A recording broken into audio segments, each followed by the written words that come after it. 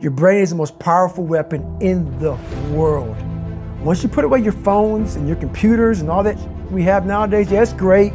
We're up to date, but your brain is the only thing you have when you're going through depression, when you're going through hard times, when you're going through death, real life.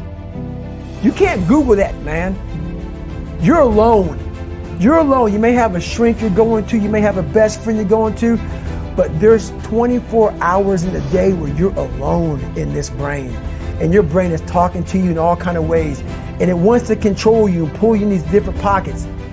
If you can't control your own brain and your brain controls you, you got to tell your brain where you want to go and how you want to go and how you want to get there. You got to control it. If not, it's over.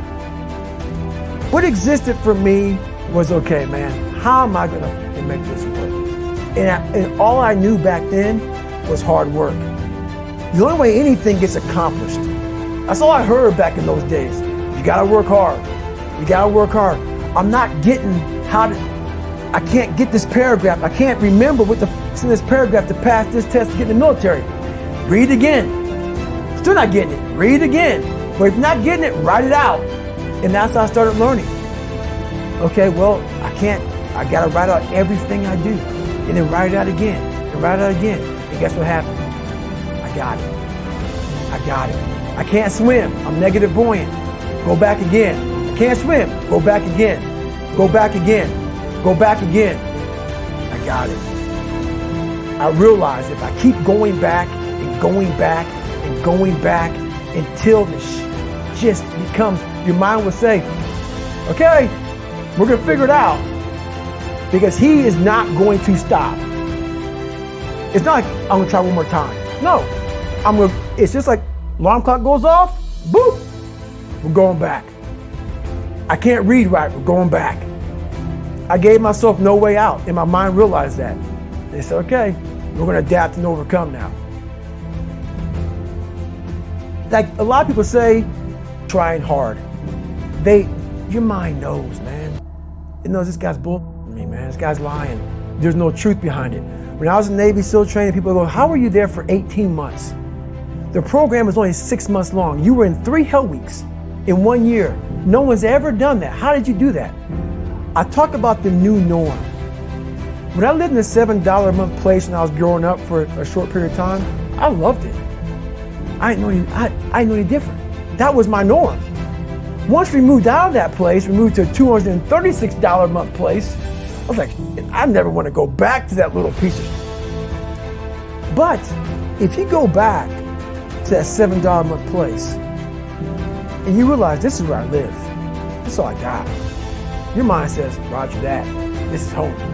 So when I was going through Navy SEAL training for 18 months and going back through all the hard parts over and over again, I told myself after the first time, I knew it was gonna be a long journey there. My body was breaking down. It was just how it was going on. I said, you know what, this is my new norm. So my mind said, it's like going to work. Like you go to work, put your suit and tie on, I go into suffering every day. Every day, suffering, being broken, duct taping my feet up, stress fractures, shin splits, being broken. This is my new norm. And your mind says, if we're not broken, this ain't normal. We gotta be broken. So then your mind starts to get tougher and tougher and more callous. People, how did you run on broken feet? Broken shins. My mind knew this is how we operate. We're in Navy SEAL training. This is what we are. I became hell. And that became my new norm. I gave myself no way out. There was nothing outside these walls of hell. Nothing. I love God, but for a short period of time, I became the devil because that was hell.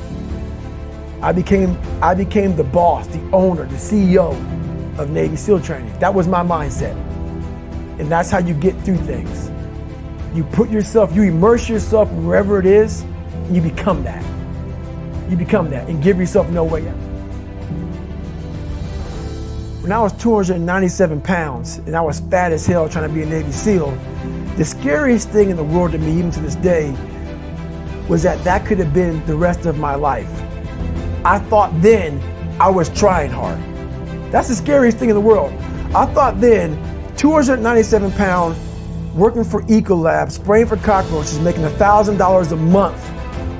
I thought that was me at my 100% potential.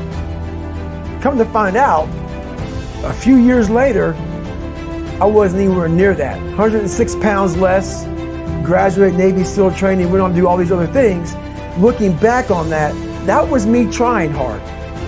That's why people gotta understand, what is in us, we have no idea until we start trying hard.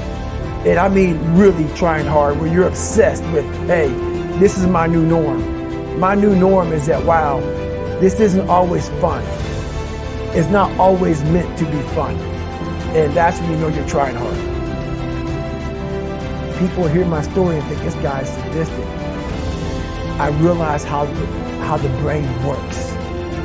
I figured out how the brain works. I'm a scared kid, and that's what gives me so much power. I had no foundation, and I built this off of just researching the mind. The feeling you get is basically invincibility. You realize that you can't do it all the time. When you need to do it, I know I can go to a place that I can live in. And when you know that you can run on broken legs, and you can do certain things that a lot of people can do, but they're not willing to do, this power, this sympathetic nervous system of fight or flight, and you're fighting, it gives you this charge of energy of when you're sitting there at 3:30, 4 o'clock in the morning, and you're duct taping your feet up because they're broken, and you're doing it by yourself, and you're going through arguably one of the hardest training in the world. And these guys, most of them are healthy, and you're going through it broken, and you're already at a disadvantage, but you're still there. You can feed into that and tap into that for a lot of power. But if you look at it, well, I'm broken, man. I'm not gonna make it. If you look at it as, man, I'm broken and I'm still here. And I'm fighting, and I'm gonna find a way to get through this, because I have no other place to go. It gives you a lot of power. When things start to suck really, really bad, my brain and a lot of people's brains, they don't go to your dad beating you up. Your brain says, we gotta get out of here. This is miserable.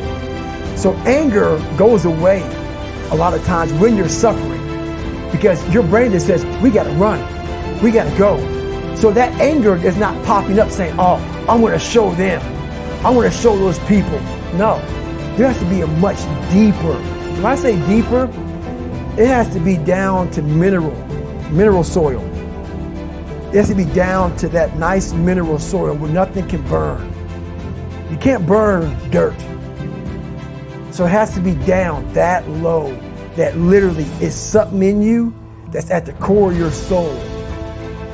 But you don't find it unless you spend a lot of time with what you want to be in life. I can't give that to you. You can't give it to somebody. When you find your true passion in life, and my passion for me was like, oh, I want to be I didn't get Navy SEALs, I don't give a shit. I want to serve my country. I want to be someone that I'm proud of. I want to look at myself in the mirror, because I was so disappointed. That accountability mirror I talk about, I was so disappointed in what I saw every day. I wanted everybody to love David Goggins. And a lot of people did. I didn't love myself. But I knew a lot of us want to find peace first. So people say, man, you always talk about this suffering and pain. I'm at peace right now because I went through that. You don't find peace first. If you do, Merry Christmas. More power to you. More power to you. I found peace on the opposite end of finding myself. And no one really finds themselves without going through trials, tribulations, suffering, accountability. And accountability is suffering. Being accountable every day for doing right for yourself, for the people next to you, it's miserable.